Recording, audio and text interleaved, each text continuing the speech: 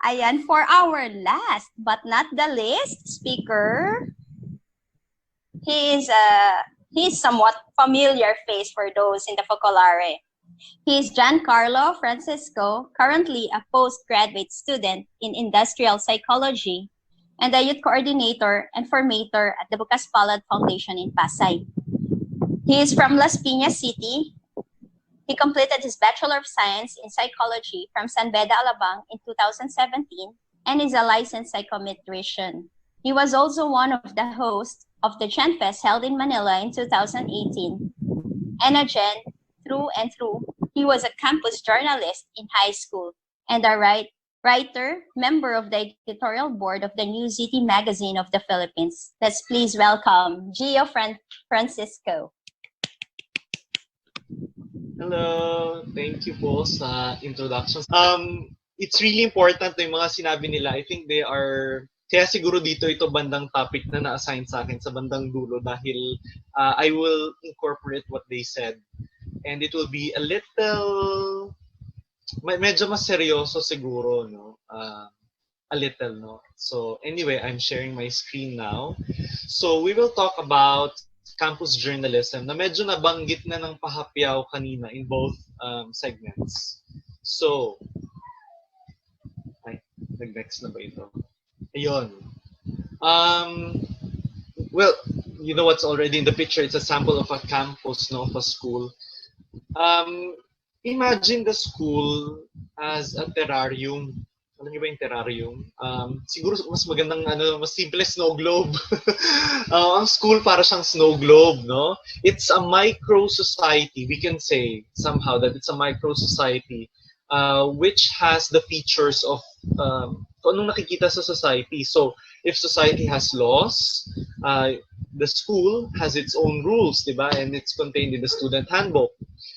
If someone violates the rule, there is a system in place, no? May mag-investigate, may mag-hand down ng decision, etc. There's also a structure of governance. You elect student leaders, right? For the whole school. Ito yung supreme student government or student council. Meron ding election for class officers in the classroom. So, parang sila yung, if we will compare it in Philippine society, they are the LGUs, the local government units, yung class officers ninyo, di ba? And then, there's also the presence of the press, no, in the campus setup. So, technically, ito yung titignan natin, no, campus journalism in this angle, okay? So, campus press. The very obvious would be printed material. I'm sure that in your schools you have this because it's by virtue of law. There is a Campus Journalism Act of 1991 that establishes that wants to secure that every school should have campus press. No? It's a requirement. After the student council, dapat meron ka rin campus press. That is a requirement. In fact, the campus press budget is even inserted in the tuition, part of the student publication fee. So you are supposed to be funded, no? Not coming out from your own pocket ng pagpapublish. Okay? Now, in printed material, we have broadsheets. Ito yung normal size ng school paper nyo, yung malaking papel. Yan, broadsheet. Meron ding issues ng printed material. Minsan, meron mga special literary portfolios na tawagin. We did this before. It's a compilation technically of various poems, essays of other students so that they feel that hindi lang yung mga nasa campus press yung writers, that their works can be published too, no? And that there are many writers around. Okay? And then there's also magazines. Pag medyo mayaman, no, ang school, kaya ng budget, pwedeng mag-magazine, no? Ito yung mga bagay that features, ito yung, dito madalas lalabas, you know, the features of magazines. I remember we had an attempt to publish a magazine that features student leaders, student achievers as model students in the campus. So, ganon, no? It can be to that effect. Now, unlike the usual press, the bigger part of society, hindi daily ang campus press nagpa-publish ng broadsheet, no? Alam niyo naman 'yan, no? Usually it can be according to them, no? Kung ano yung bracket of time nila, it can be quarterly, it can be every 2 months, it can be monthly kung again kung mayaman ng school kaya. Minsan depende din sa editorial team, no? So, yun yung isa sa mga main difference nila. Hindi siya yung gabi-gabi kasi usually I think the journalists around can correct me if I'm wrong, but gabi-gabi andito yung rush to prepare all articles in the layout, etc. para ready for printing at i-distribute mo ng madaling araw. So, hindi yun ang problema ninyo dahil iba ang setup ng Campus Press. Okay? Ngayon, early 2010s, nagkaroon na ng pag-intensify ng online attempt. So Campus Press from printed goes to online without losing the printed. It remained. I think you are aware naman of this. So social media platforms have been used tulad ng Facebook, Twitter, yan, commonly yan, no? I'm not sure. I think now some student publications are going for Instagram, but commonly on Facebook and Twitter. Ngayon, yung online presence ng Campus Press are usually used for updates that need to be disseminated ASAP. Sabihin, hindi na kayang intayin ng 2 months from now. Pag ilalagay pa sa broadsheet, di na siya relevant, no? Wala na siya, late announcement na. So, example of this would be suspension of classes, or ngayon, gamit na gamit ito sa updates on enrollment, no? How to enroll, ganyan. So, usually, it's the online presence of the Campus Press that does this. At in normal occasions, it can be used to highlight school events through videos, yung mga same-day edits. Pag kaya ng Campus Press team, they have enough people who can do this. Halimbawa, ang pagko-cover ng intrams or team building games, yan, merong pwedeng gamitin yung platform ng Campus Press na online by posting these videos. Okay? So, technically, going back to printed, balik lang saglit, the features of the Campus Press are quite similar with what you see in the newspapers of Daily Inquirer, Manila Bulletin, Philippine Star. Meron ding news articles, may feature articles, merong editorial, sports section. Pag sports section, ang fini-feature ng Campus Press ay the varsities in the school, di ba? Wala ata akong nakita pang Campus Press na may business section at ano naman yon, understandable, hindi pa naman relevant ang unless you are a school that already mga ABM sa senior high, medyo bagay na yung business section sa Campus Press, no? Entertainment and lifestyle. I think this is where the memes can enter. I haven't seen yet Campus Press posting memes. Pero I think it will be interesting to put it there kasi nung time namin, usually crossword, nung time nila, hindi ko na sasabihin kung sino sila. Yung mga wiser people. Gagamitin ko yung ginamit ni Cheska, wiser people. Sila, no, ang kanilang entertainment and lifestyle section with a crossword. May, nung elementary ako, merong pumasok na Sudoku. Yan, no? And then, nung time namin, we added, dahil wala pa namang memes masyado, early 2010s, so hindi pa ganun kalakas, we did look-alikes. So, sino yung magkamukhang estudyante at ang kamukha niyang teacher? Yan, tapos pinagdidikit namin yung mukha nila. Or yung security guard, tsaka yung isang high school student, ganyan. Kasi look-alike talaga sila. So, yung look-alike, yun ang ginamit namin for entertainment and lifestyle section before.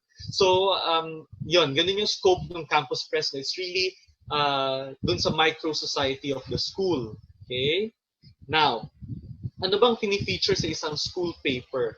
Importante muna na tanungin natin yung ating sarili. Who are the readers? Okay? Kasi iba ito eh. Unlike the broad area of press in general in society, everyone is the audience. Dito, sa school paper, mahalagang tanungin muna natin sa sarili natin, sino ba ang magbabasa? Dahil this will help us determine which events, activities, people, etc. ang i-feature in the limited number of pages of the broadsheet. Broadsheet usually has 12 pages. Pagkaya 16. Pero, or minsan nakakita ako ng 24. Wala pa ako nakitang 30 plus ata in university broadsheets. Dahil dito, even the way we use words or the way we narrate things, halimbawa, kung ang audience mo ay elementary students, if that school paper is only for elementary students, yung language mong gagamitin para maintindihan nila ang sasabihin mo, kailangan bagay, appropriate, no? If, for example, you're doing a feature article, at saka isa pa pala, mahalaga din yung, kunwari, movie reviews.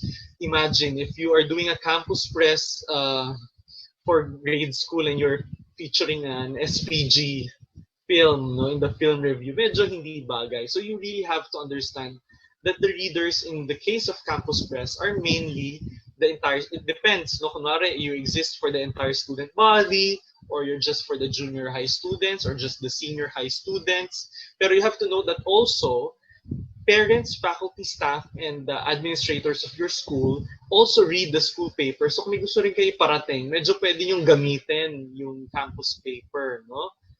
Later on, in some examples, we'll go over it. No? Anong pwedeng i-feature sa school paper? Ito naman, given na, school events. Anong mga school event? Intramural, student council election, yung mga pinaka-classic na kino-cover ng ng campus press, no?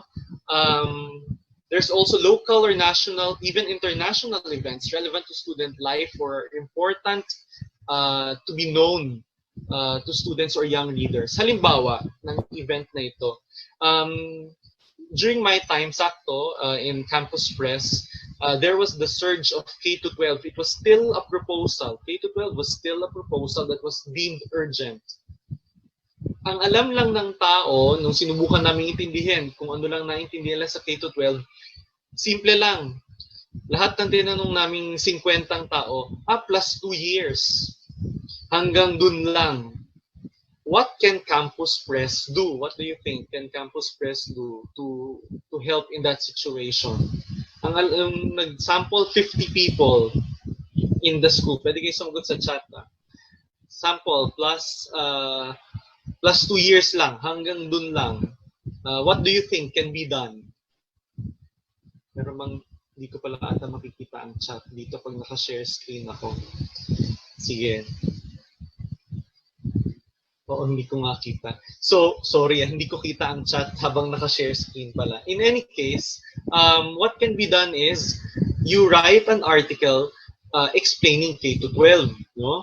I did this one during high school years, and it was nice kasi in the end, after that article came out, nagbago yung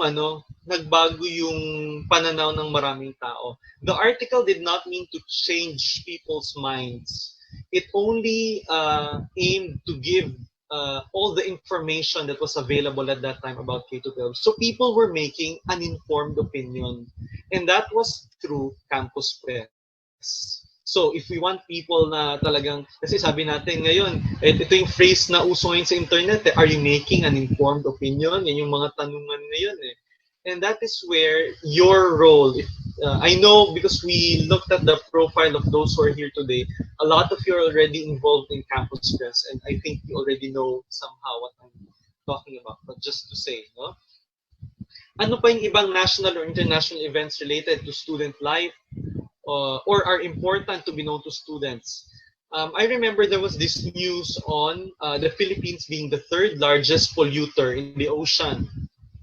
Yung ganong fact na yun, pwede mong idikit sa student life. Halimbawa, you can ask how the school aims to contribute na hindi tayo pasok sa top 3 na yun. Anong mga pwedeng gawin? So, pwedeng make cartoons.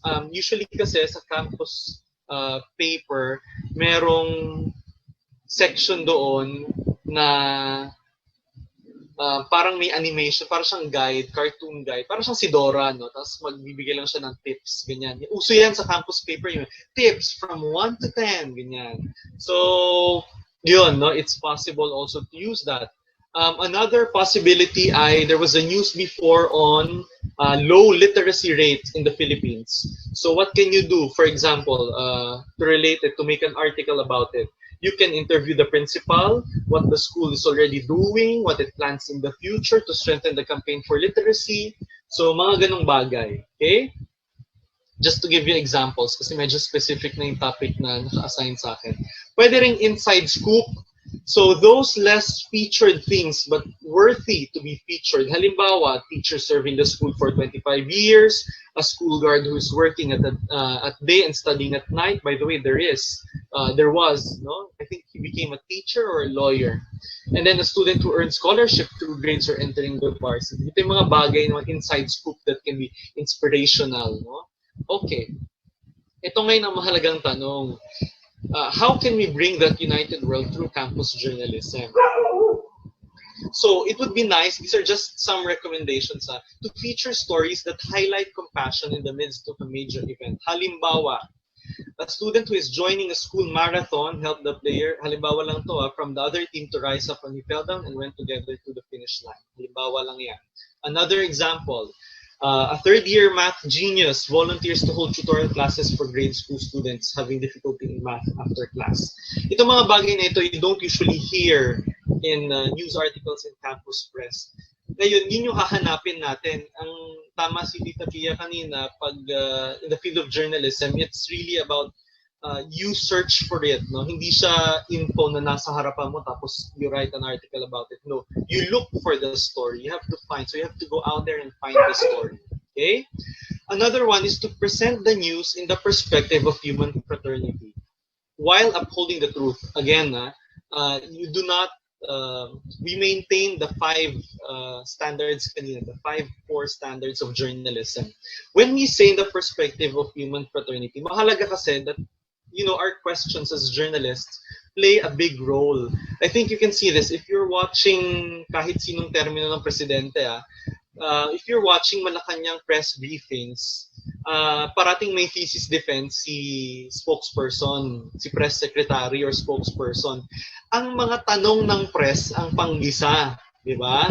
Yan yun eh. Minsan may mga tanong na talagang ililid ka towards it, no? Parang medyo trap siya pakinggan. Kailangan marunong ka sumagot pag ikaw ang spokesperson. Anyway, ano lang naman yun. So example, coverage of student council elections. Assuming in this example that there's a 2-party system in your school, kadalasan, pag nagko-cover nito sa campus press, ang resulta lang ang binabalita. Kadalasan I think, if you agree, let me know. If not, don't worry. Kasi I'll feature the next bullets. Minsan naman, there are times when there's an interview done with for the winning party. No? So, yan. Ito ngayon ang rarely happens na ini-interview din yung kabilang party na hindi nananalo. Kasi, anong pwedeng mangyari dito? Sabi nga kanina, you have to present both sides. Sa nangyayari sa student council elections, it's not only a story of the winner. You also have to feature the story of the other side. Paanong tanong kaya ang pwede? In the perspective of truth, we're still upholding the truth and all the principles of journalism while we are looking at it in the perspective of human fraternity. Paano kaya? You can ask them how they plan to work together or cooperate with one another. Meron bang willingness on the part of the winning party? Are you willing to listen to the contribution of the other party, or the other party? Are you willing to work together with the kasi pareho kayo ng what do you call this one? Strategy to address this problem, to work towards the betterment. Kasi I think you already can see in mainstream media, the questions of the press kind of pressure the next actions.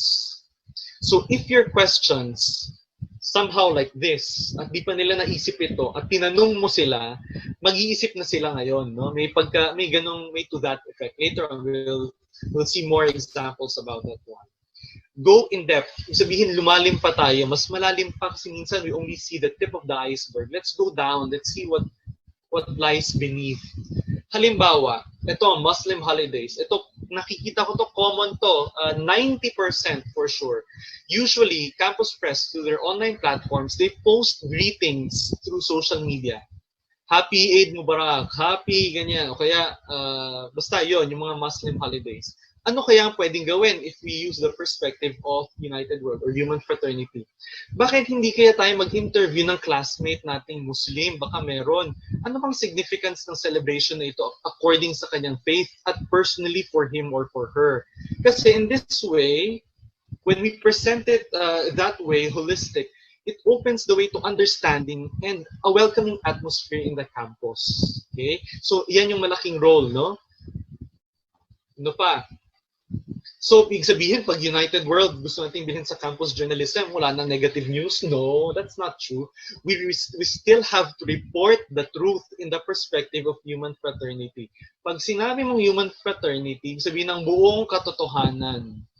Hindi ka pwedeng take sides, no? Sabi nga kanina ni Tita Pia, you are not the spokesperson of any of these sides. So don't be one. Okay? Pag sinabing human fraternity, ang buong katotohanan, example, bibigyan ko example. I volunteered. I'm assigned in the Ministry of Social Communications in our parish. I manage the newspaper of the parish. May balita kami that the church stands against death penalty. Dahil sa church paper, ang nagsulat ng article, ang pinresenta niya lang lahat ng punto ng simbahan. All the moral things that you can think of, all the statements of bishops, kinote niya na lahat. Pero hindi yun ang full truth. So what did we do as a team? We included what was the history of the stand of the government of the Philippines na noong 2004, noong time ni Gloria Arroyo, or 2005, tinanggal ang death penalty, pinresenta niya pa sa Vatican. Ito ang dahilan kung bakit sabi ng mga researchers, death penalty isn't really effective. Tapos we presented, because it's a feature story, Sweden or Switzerland, their juvenile system, ang nila, Bureau of Jail, ay psychologists and psychiatrists. At nakita nila na mababa ang return. So, pag pinalaya na siya mula sa kanyang very heinous crime, mababa yung chances na babalik pa ulit siya sa jail for the same crime. Because they used their Bureau of Jail system, their juvenile system, as a system of rehabilitating people. So, nung finito yung buong storyang yon, even the stand of the current administration, what were their perspectives, at least we presented the whole picture. So it's up to people now to form their informed opinion. Ang mahalaga, we did our part on informing them. Okay? So this is just an example then on school. Kasi alam ko recent to ngayon na merong questioning trees. So halimbawa lang to, no? In this case, kasi minsan, hindi ko lang kung makikita niyo ang cursor. Pag may ganitong situation, ang tinatanong lang, isang side. Hindi pa natanong yung kabilang side. So it's nice to know both sides talaga. And as I told you earlier, giving questions pressures people to do something. So, kunwari, hindi nila naisip, pero tinanong mo, are you willing to hold an online meeting to dialogue? Tapos, oo. Sabi sa oo. So, ang tatanungin mo ngayon, pareho kayong oo. So, when? Kasi you have to attend because you will cover it. So, mapapaisip sila ngayon, no? Kahit pa paano na, oo nga, no, kailangan natin mag-dialogue.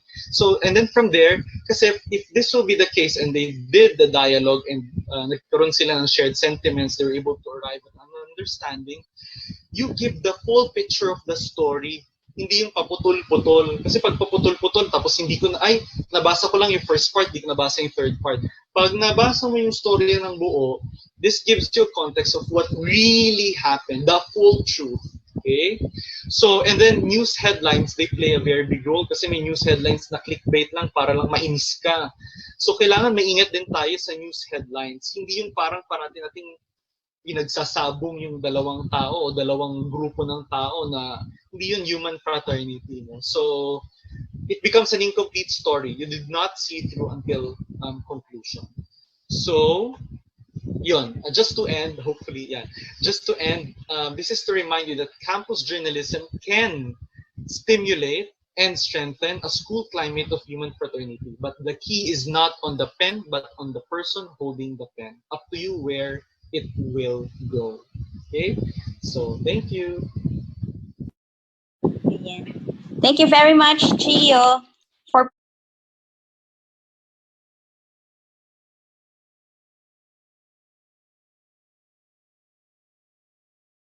with heart full of joy, we would like to thank Pia, Cheska, Gio, and all of the gentry. You know, I hope we have spent a beautiful hour together. Thank you very much to the two gentry assistants, to the gentry assistants who really make a follow-up of the gentry, and we're very, very, very happy for this. Okay. 1, 2, 3, go! Smile! Okay, another one. 1, 2, 3, go! Yes! Thank you. Thank you, everybody. Thank you, Jen. Thank you. Thank you to everyone. Yun yung certificate. Ang ganda.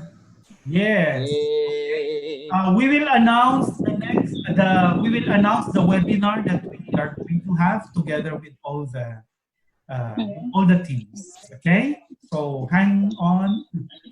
Watch out. Okay? Maraming salamat. Thank you. Thank you. Bye. Bye, everyone. Bye. Thank you. Hi, Bye-bye. Kathleen. Si Kathleen. Bye.